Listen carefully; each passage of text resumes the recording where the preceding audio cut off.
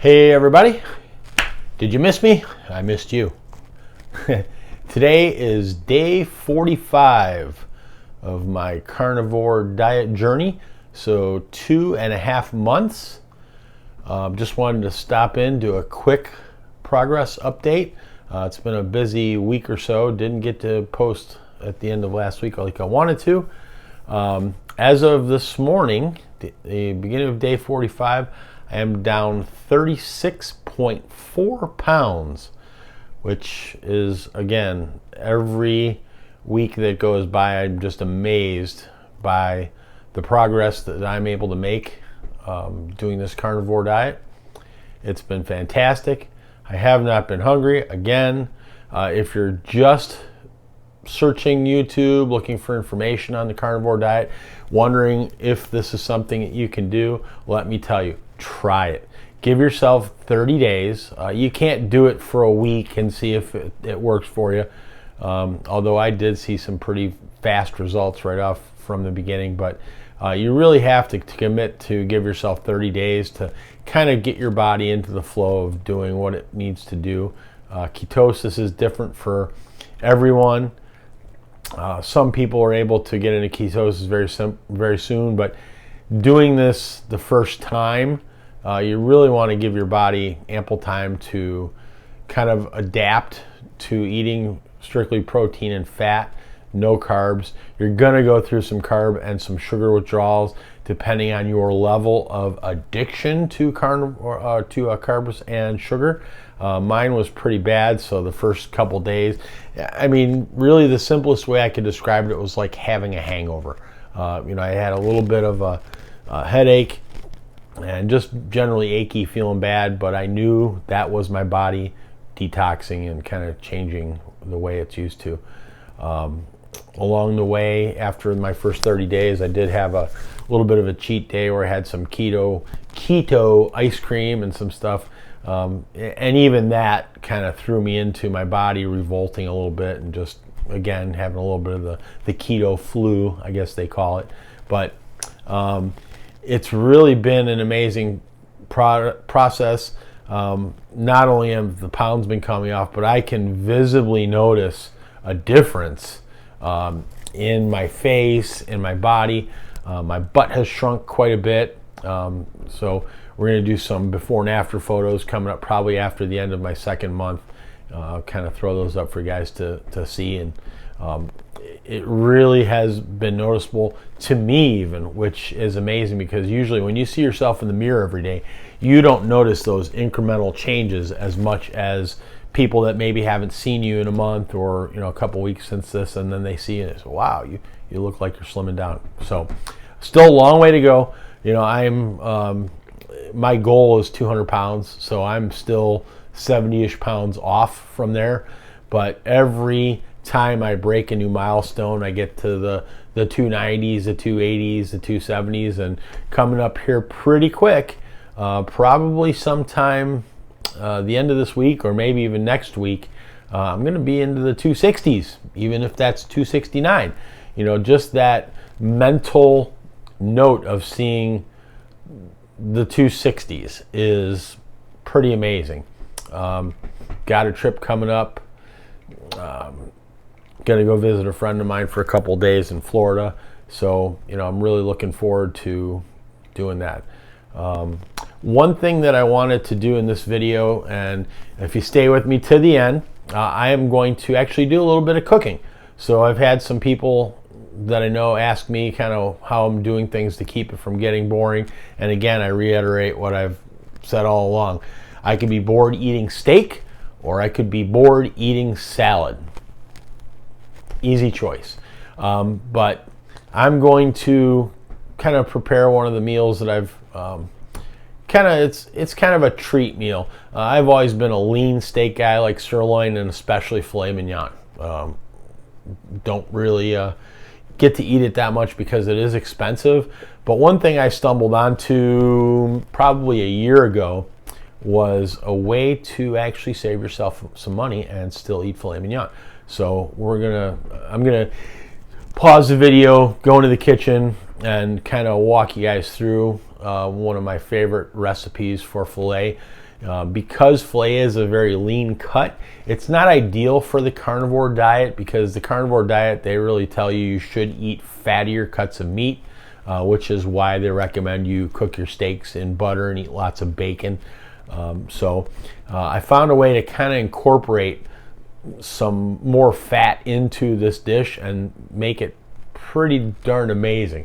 So I think you guys will enjoy that. Stay with me.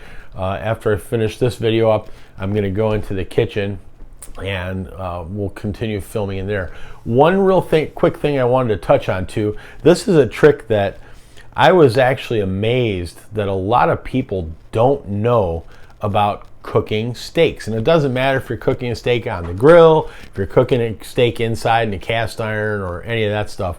And it deals with the preparation. So most people will take a steak out and they know that you're supposed to let your steak rest after you take it out of the refrigerator to come up to room temperature so that it cooks all the way through evenly. If you don't, the center of the meat will stay cold and it won't cook all the way through, and then you get more done on the outside and the inside will still be raw. So you want to let it sit for probably half an hour or 40 minutes or so to let it come to as close to room temperature as possible. That'll give you an even cook on the steak regardless of how you're doing it.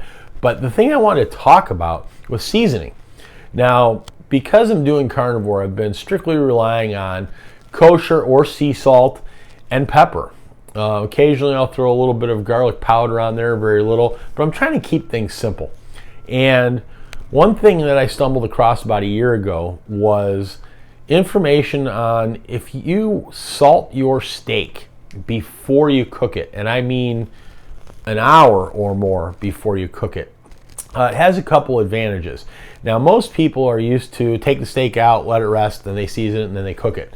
Now, what happens there is all that seasoning is on top of the steak, and when you put it into the pan or on the grill, it burns off. I mean, it sticks to the pan, it sticks to the grill grates, so the seasoning doesn't really get a chance to penetrate the meat. So what you want to do is you want to take your steak out, let it rest at least an hour before. Salt it, depending on the cut, the thickness, pretty liberally.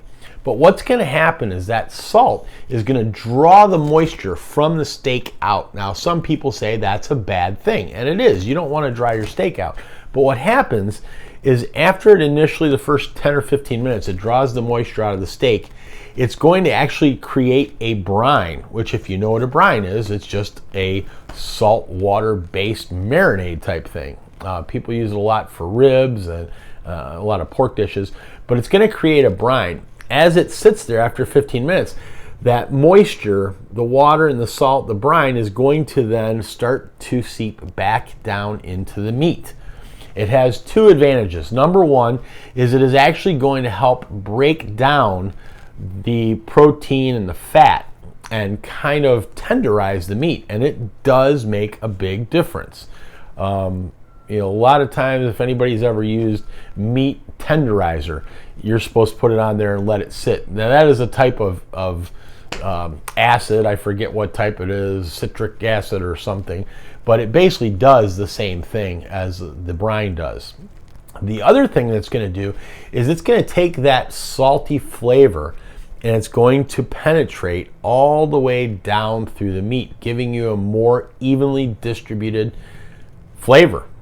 And the flavor profile on a steak that's set for a couple hours, or you can even do it overnight. Salt the meat, put it in the fridge overnight, and then in the morning or in the afternoon when you're getting ready to cook your steak, you're going to be amazed. Believe me when I tell you, try it. Try it once. Just take your steak out, put it on the cutting board, salt and pepper it, let it sit for an hour. If you want to let it sit for 2 or 3 hours, it's not going to hurt it. You're not leaving your steak out for days on end, which actually some restaurants do. It's called dry aging, but you're not going to worry about bacteria and all that stuff getting on there after an hour or two. Try it. You will come back and post in the comments below, thank you for showing me this, if you didn't already know it. And I'm amazed by how many people don't know it. But that's my number 2 tip for how to season your steak and cook it. The other one, of course, is let it rest at room temperature. I'm going to come back here in about 20 minutes and start preparing this dish that I told you about. We're going to actually season it, cut it up, leave it on the cutting board, and I'll let it sit for, actually it is 1 o'clock, so I'm actually going to let it sit for a few hours before I make my dinner tonight, and it's going to turn out fantastic. We'll show you the prep. I'll pause, and then I'll continue the video when it is time to actually cook it and show you kind of how I did it. So thanks for joining me, and we'll see you in a few minutes. All right, so here we are in the kitchen, the new house, my second favorite room in the new house. I wanted to talk to you guys a little bit about some different cuts of meat. So one thing I discovered a little bit of, probably 2 years ago or so, I am a big fan of filet mignon. So one thing I found is obviously filet mignon is pretty expensive, can be $20 a pound or more, depending on where you get it. I have found there's a cut called filet mignon tip steak. There's a couple different names for it, but basically what it is, if you can see the package here, basically what it is when the butcher cuts the tenderloin, this is kind of the end where it tapers off, because typically people that want to make filet mignons, they want a uniform size round piece of meat. And obviously with this tapering off to a point, it doesn't really match that, so it's kind of a less desirable cut. It still is the same piece of meat. It still is tender like filet.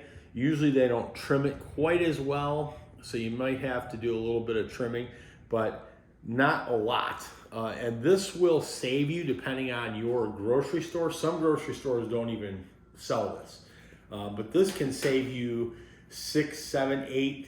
I've seen it as much as $10 less per pound than regular filet mignon. Like this one that I got is $13.99 per pound.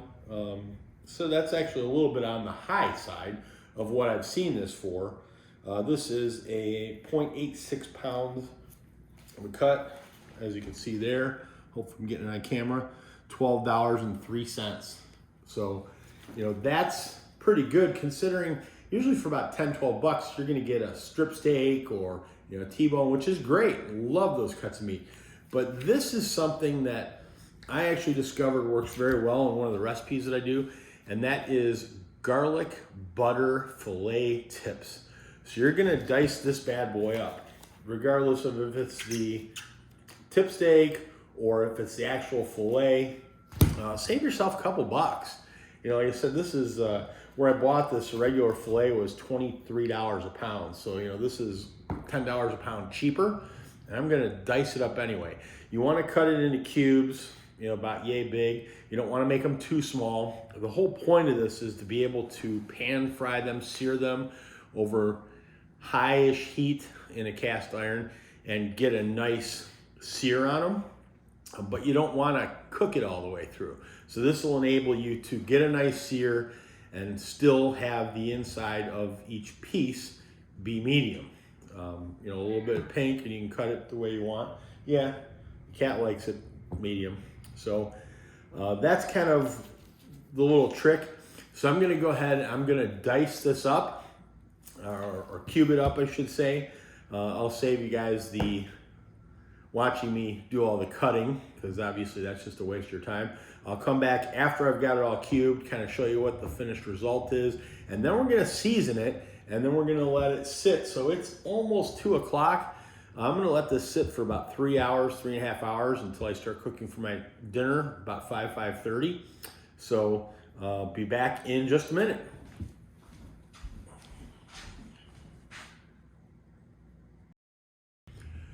So real quick, before I start cubing this meat up, I wanted to give you guys more of a close-up so you can kind of see, you know, I said these are not quite usually as trimmed as a regular piece of filet. So that's kind of what to expect. You know, you see a little bit of the fat there in the ends, which, you know, incidentally, fat is a great thing for the carnivore diet. So, you know, if you didn't want to trim it, you could leave that fat in there. It's going to kind of cook down once you put it in the pan, but you know, you can see it's really you're not getting a lot of that weight when they do the measurement for how much it costs is not coming from fat. I've seen them a little bit more fatty where there's a little bit more trimming needed. This particular one is actually pretty good. Doesn't need a whole lot of trimming, so I'm gonna go from there.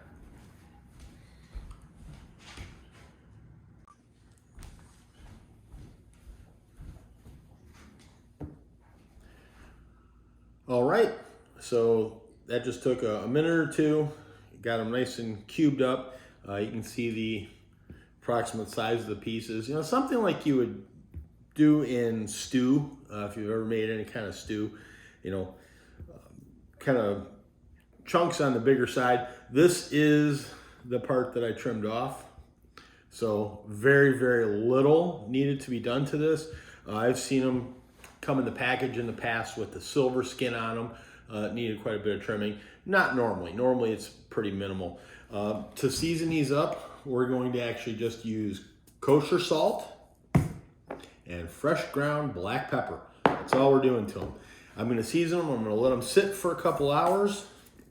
And then we're going to fry these bad boys up and have ourselves a decadent carnivore meal.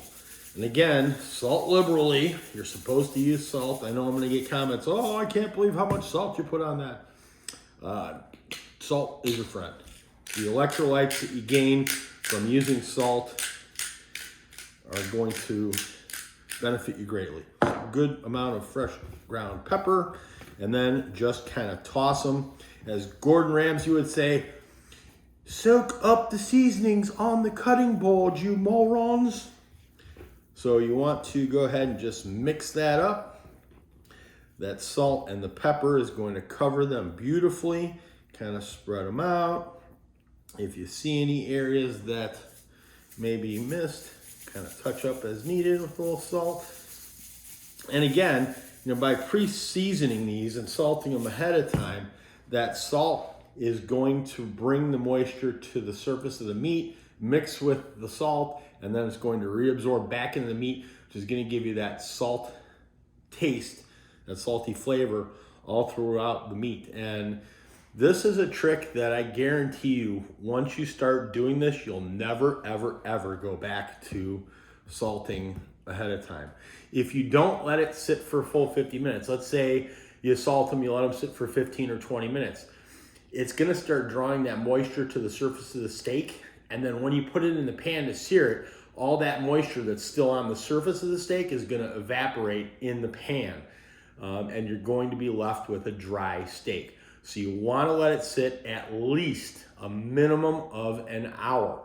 I prefer, if I have time to prep, I prefer to let it sit for at least 2, usually I do 3 hours. So I'll start prepping my dinner about 2 o'clock, and for my 11:30 first meal of the day, I usually start doing it about 9:30, somewhere in there, and then letting it sit. Sometimes life gets in the way, you don't have time, you know, just do with what you can. Go with the flow. So that's it. I'm gonna let this sit for a couple hours. I actually have my first COVID vaccine shot scheduled. So I've got to run up to the drugstore, get a shot in the arm. We're gonna let this sit for a couple hours. Hopefully the cat doesn't decide he wants to eat it while I'm gone. I've never seen him up on this counter, so I think it's safe. And then I'll come back and we'll finish this video off by showing you how I prepare them. I'm not a chef, not a pro, none of that good stuff, but I do know how to cook a pretty mean steak. So we'll kind of show you guys the cooking process, what all involved, how I do it, and then you can kind of adapt your own thing from there. But thanks for being with me. See you in a few hours, hopefully.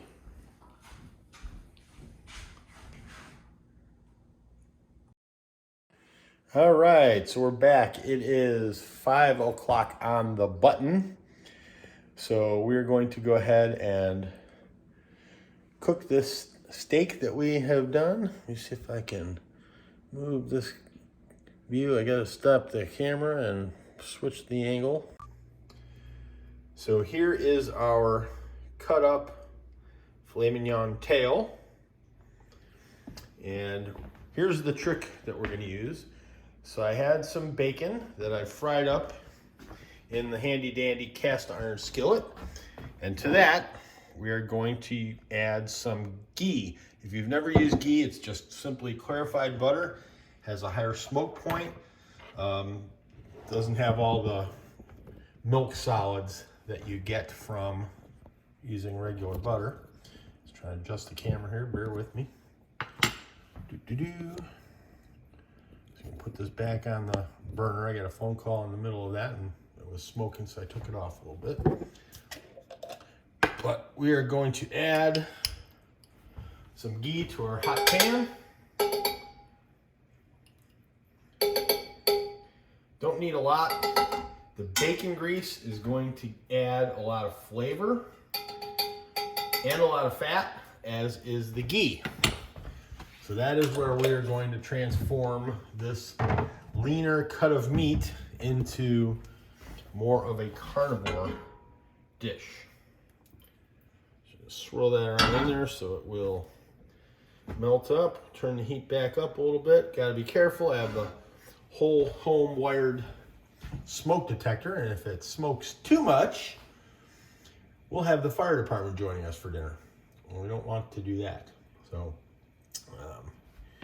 we'll let that heat up a little bit here. Got it on about medium-high heat.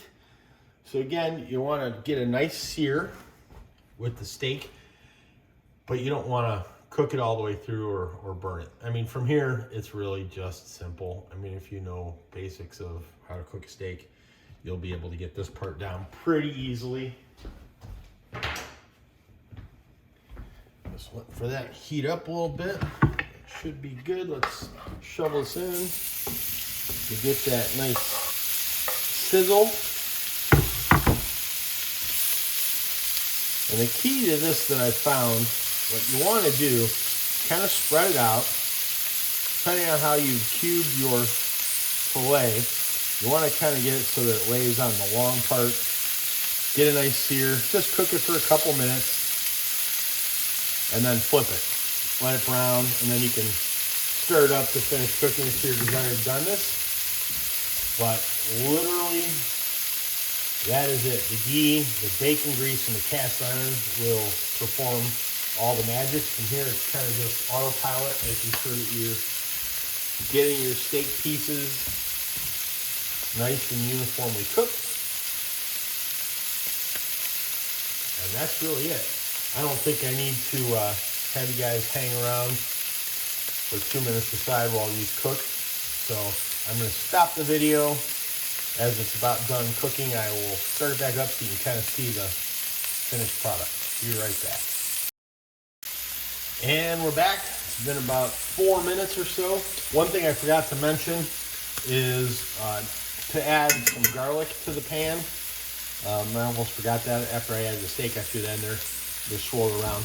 You have to be careful adding it as I did. I kind of put it in after the pan was hot, and so it did scorch a little bit.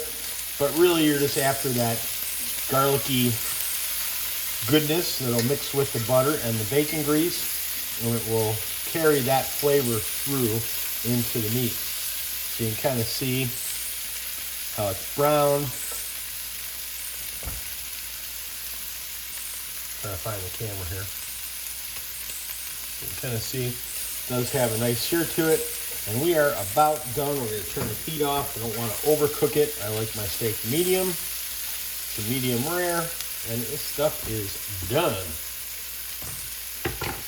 So that's it. I'm going to cut the video, dish this up, and go feast. Hope you guys enjoyed this. Hope it was helpful. We'll see you next time.